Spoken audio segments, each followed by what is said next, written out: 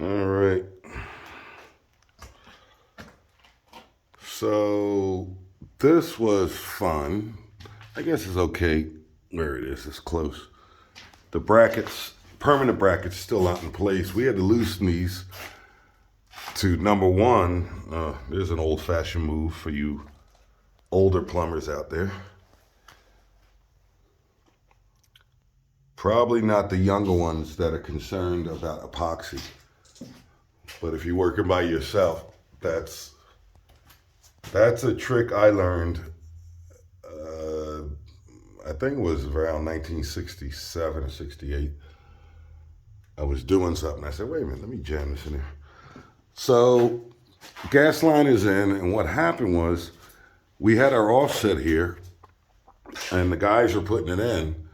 And I always tell them, use 2 wrenches. Use 2 wrenches, don't use 1. Well, someone decided to come along with 1 wrench and try to tighten this nipple or this section, and it spun the whole 45 assembly. So they had to take the whole thing apart, clean it, redope it, and do it again. Because once you stop where you're at, you can't back off. I've seen people say, hey, go ahead, back off. Yeah, you're asking for it. And again, this is 1.5 inch pipe. It is literally a rock. You can't, it don't move. It'll hurt you, but it ain't moving. There you go.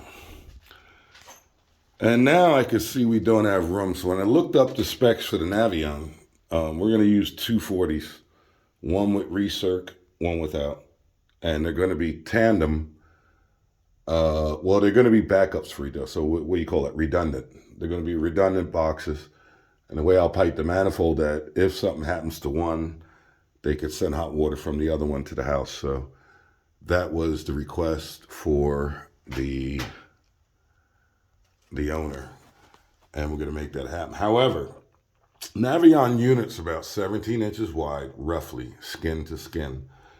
It requires 3 inches of clearance on the right. So if you're looking at it from the front, it requires 3 inches of clearance on the right side of the jacket and 12 on the left side. The left side is usually where the natural gas inlet is located, the tap.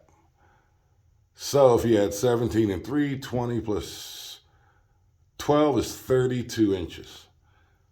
So if you're going to put 2 here, we need 64 inches. I can tell you right now, this space is not 64. It's probably 4 feet, a little more. So in lieu of that, I believe one heater is going to go here. This chimney's not needed anymore. It's not being used. It's only a fireplace, so this may get cut off. And the water heater would either be mounted on this side or 12 inches from this corner. You can leave it 12 inches so you could try to sneak stuff in there, but I can tell right now you're not going to need it. I mean, really, I wouldn't do that because you never know what might happen in the future. But you could actually close this off, cap it off, and mount the Navion, this brick, right on this surface. You could have one there and one there. That's legal. But having them, I don't know what they're going to do with that, so I wouldn't do that. I'll choose this wall and this wall. And in that case,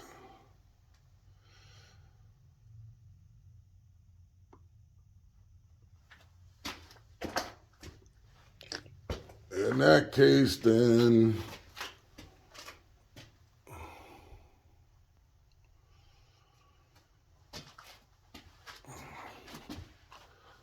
if that's the case, I was thinking both this wall before I verified the clearances on the heater.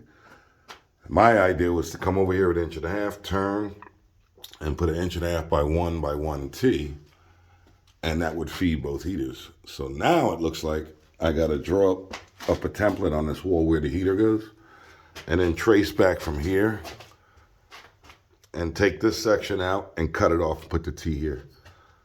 Just like that T. This is for the furnace, which is sitting right here. So we're gonna run a line over here for that water heater. And then,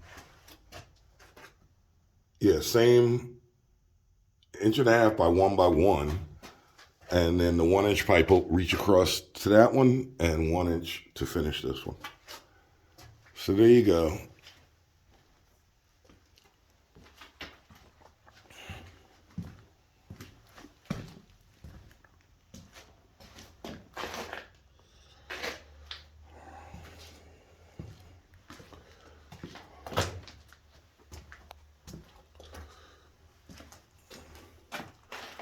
So I have to actually get that 1 by 1 T.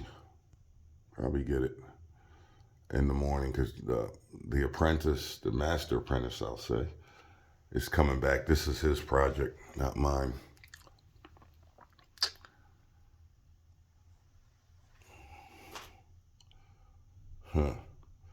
Also going to make sure we drop the heaters low enough. The top clearance on the Navion is 9 inches to combustible material.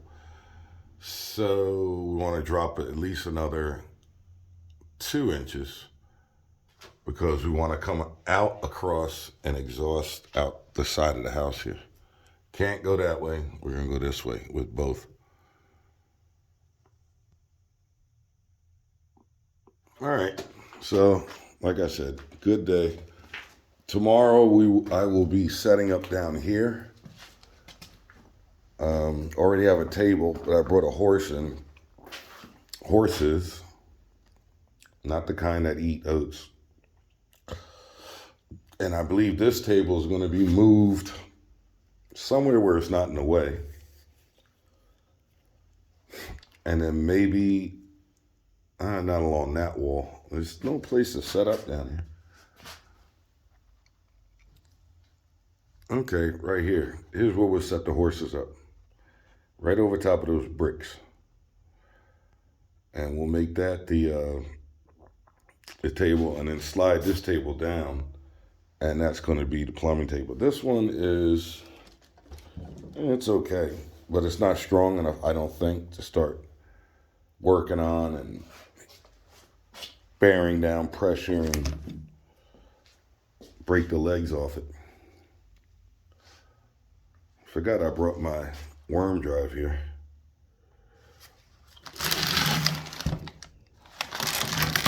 I got a diamond blade in it now. I was cutting sidewalks with that, believe it or not. All right, we're out. It's end of day.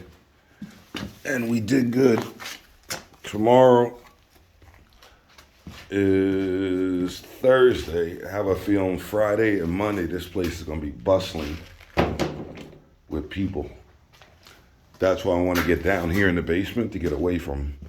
They might be over here in the messing around with the furnace, but they won't be in this area, and they really won't be anywhere else on the down here except for by the furnace. And that was my goal, to get everything done. The next bathroom to be roughed is this one, and you can't see it, but I think I showed this before. It actually sits over this crawl space. So tomorrow we'll move all the stuff out of the way, cut the holes in the subfloor, and then we're gonna see, and then we're gonna rough this one. I see new wood up there. And the trick about this one is the fixtures sit in the crawl space, but I'm gonna run the branch on this side of the wall, not in the crawl space. So I'm basically gonna come down from the water closet, the lavatory, and the tub, bore through the floor in the crawl space, and then drill through these things to bring the pipes through. And once they're through, I can put a pipe across here.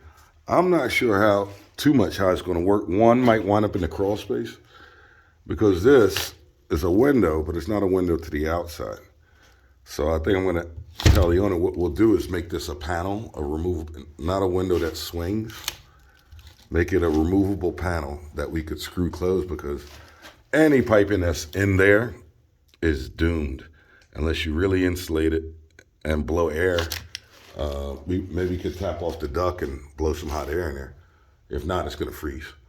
All right.